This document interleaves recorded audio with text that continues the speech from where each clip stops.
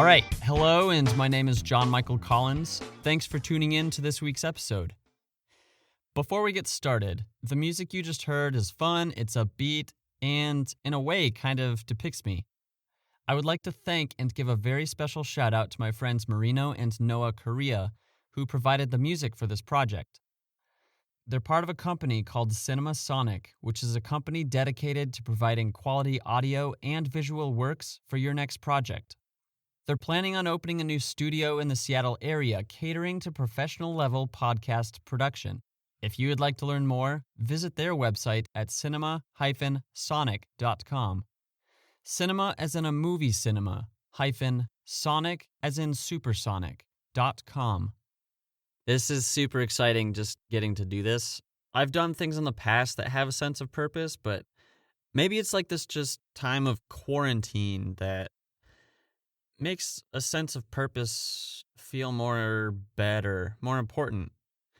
I printed a fresh page of notes, and this is great. This is beautiful.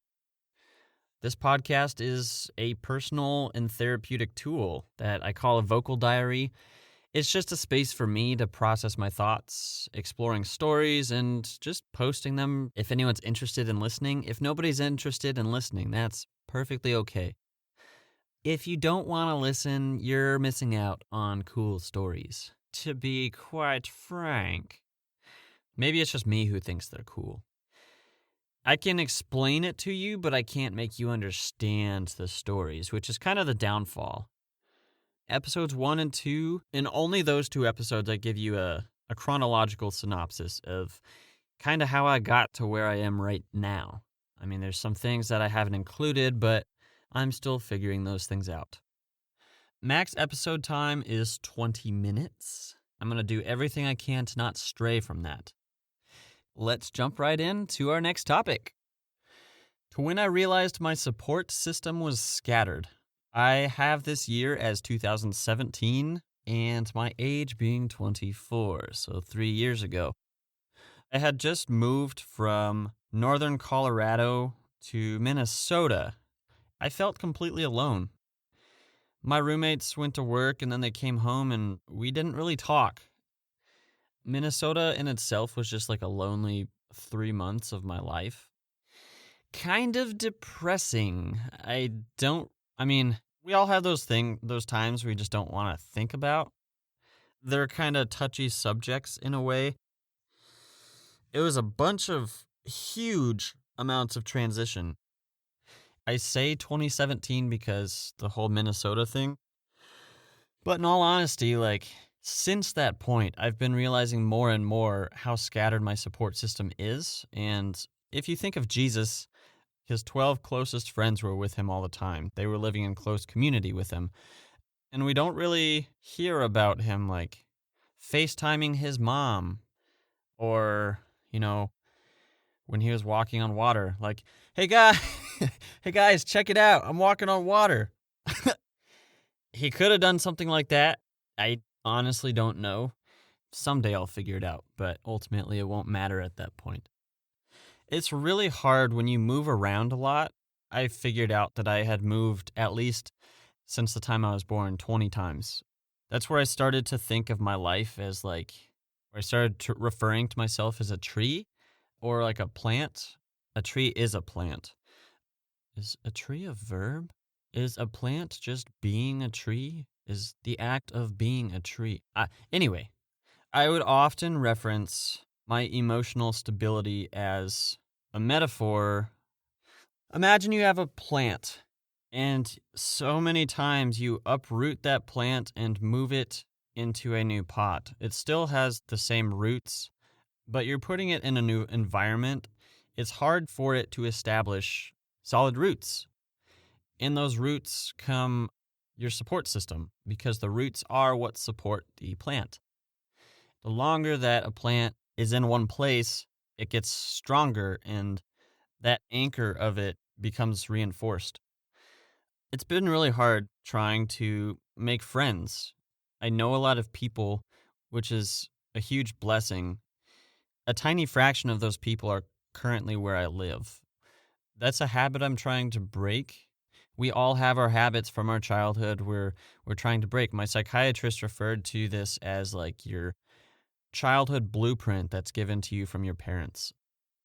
In the first 6 years of life, you learn a majority of habits from your parents. After that point, it's up to you to sift through those, keep the ones you like, take out the ones you don't like, and not saying that where I'm currently at now is directly related to what I learned, and it's nobody's fault. It's just, that's how life works. Being a plant, being a tree, being uprooted, however many times you are, finding your support system. Ultimately, what it boils down to is, other than life circumstance and different situations that cause you to uproot and move and leave, and some things are honestly out of your control. Like me moving from Colorado to Iowa, so that was like the first big time that I was uprooted. And yeah, try to be content with where you're at and what surrounds you, the environment you're in, and to know that it's only temporary and you can always change it if you don't like it, because you deserve better than what you think you deserve. All right, this is a fun one. 2009, to when I made some cool art in middle school. This goes back to the school, to middle school, to Pioneer Polaris. Like I said, one of my earlier episodes, this school is super cool and just encouraging teens to just pursue being fun, pursue being weird. They didn't have like class like, this is Weird 101. That'd be interesting. Maybe I should teach that class. I hope you aren't thinking I'm crazy. And if you do, that's perfectly fine. Because let's talk about it. I made like this flip book. I don't know how many layers it had, but it had a base drawing of like a skeleton of a horse. Or maybe it was the base drawing I think was an outline. They were all kind of like transparency pages, and we drew on them somehow. I don't remember. So there was an outline of a horse. Within that outline, we drew the bones, the skeleton of a horse. On top of that, I don't know, we drew muscles and then nerves. There were just different layers to the horse, and then you put them all on top of each other. This is the horse. I have no clue where that is. It'd be cool to see. I could probably recreate it, because anything you spend a lot of time doing, you're familiar with it, and you could probably do it again. Even though it's a bummer, because you feel like you might be wasting time, but maybe not. Another art piece I did in that school this was like the one and only time I was ever good at drawing part of the human body, and it was a skull.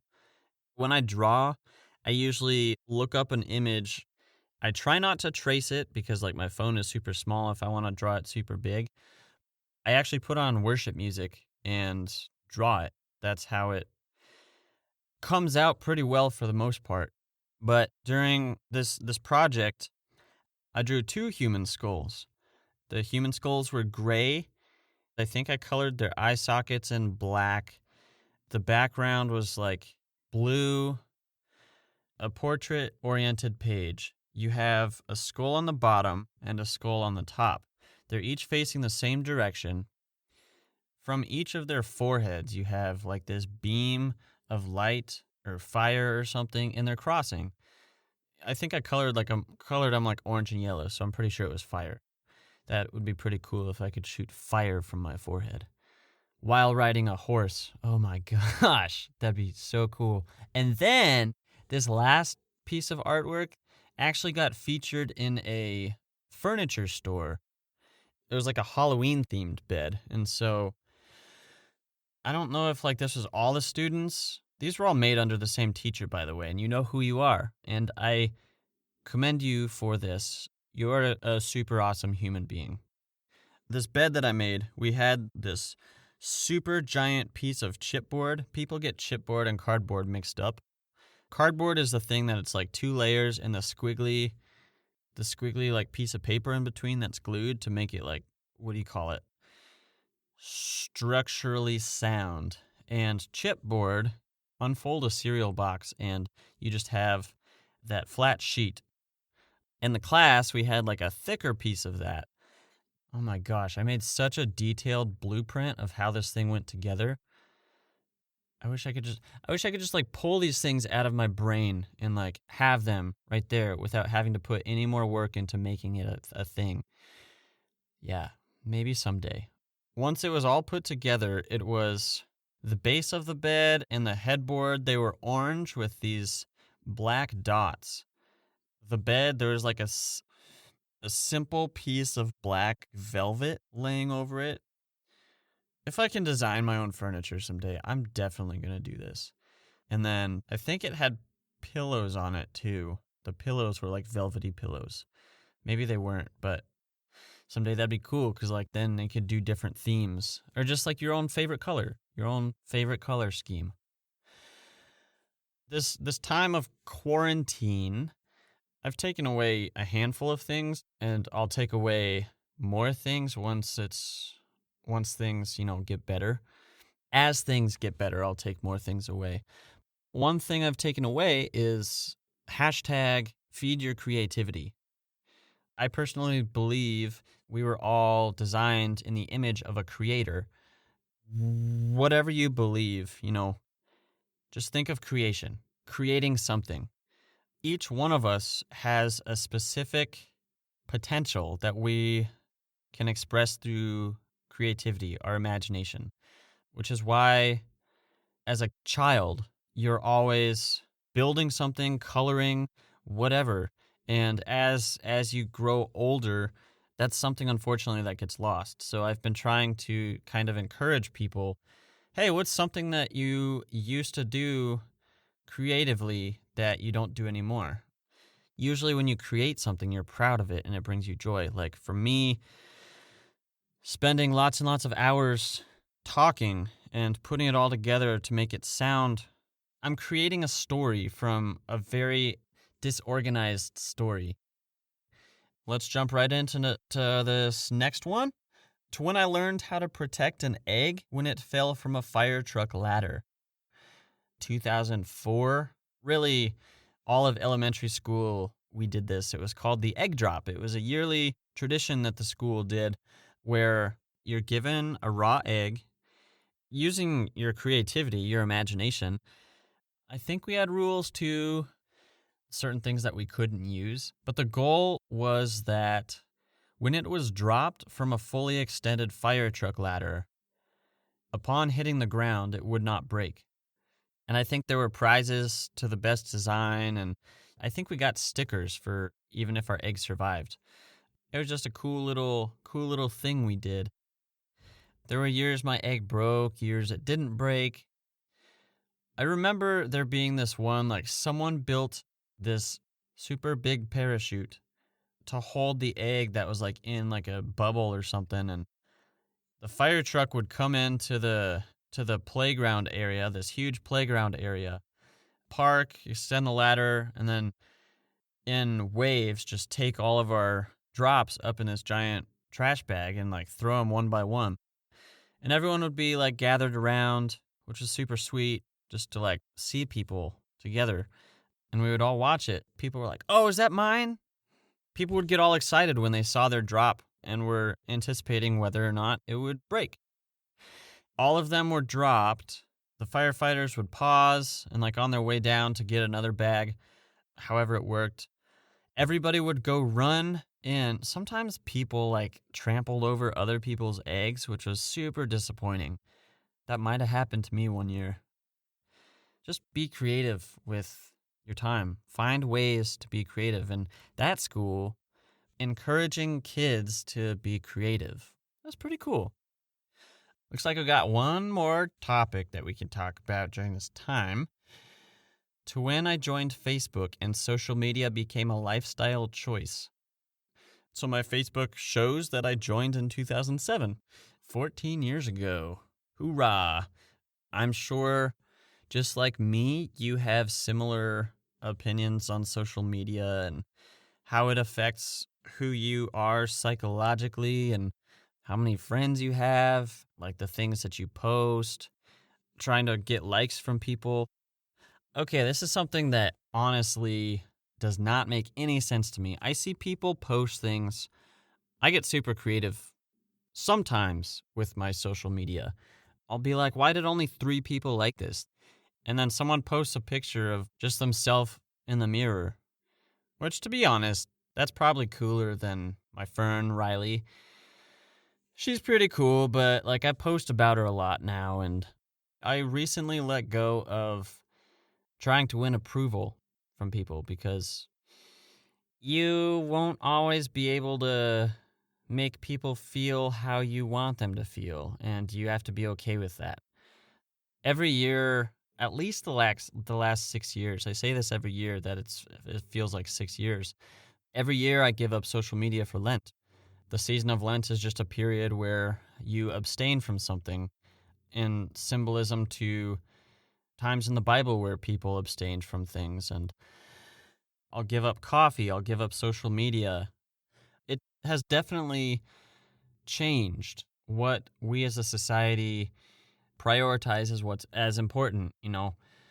You have the choice of spending time with the people you're sitting around, or you can all look at your phones, look at what other people are doing in photos of them being with their friends. There's definitely a fine balance. I'm not in any means trying to say that it's a horrible thing. There are definitely benefits to it. I'm able to talk to my friends in other countries about what's going on in their life.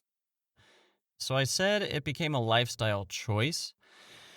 I have an Instagram account. I have Snapchat. I also have LinkedIn, which I don't really spend a lot of time on currently at the time of this recording, but maybe I should. I used to have MySpace, Bebo, for the very few of my friends who were friends of mine on Bebo, and the one person that introduced me to Bebo. If you were my friend on Bebo, you know who you are. And MySpace. MySpace was definitely, it goes even, MySpace was the first time where you could make a profile and actually have top friends. You could have top 5 friends or top 10 friends, 25, whatever. And you would constantly be reorganizing your friends based off of, which one you liked better. I don't remember at all who was my top one. I remember a few people who were in there who made the cut. No doubt we have people in our lives who we spend more time with them. So yeah, they would probably be more of a top 5 or 10 friend, but one's not better than the other. I just spend more time with them. So my most recent platform, ding dong, this is the newest one, TikTok, LinkedIn, Twitter, Instagram, Snapchat, Facebook, Bebo, MySpace, MSN Instant Messenger, AOL Instant Messenger. I don't know if there was an AOL profile. I definitely remember the AOL address name to the girl I had a crush on in elementary school. And I won't disclose that information. But if you're listening, you know who you are. Just be mindful of social media and how much time you're actually spending on it. There's more to life than watching other people enjoy their lives. It's okay to watch people enjoy their lives. Just make sure that you're enjoying your life more than you are watching other people enjoy their life, because you can get very depressed.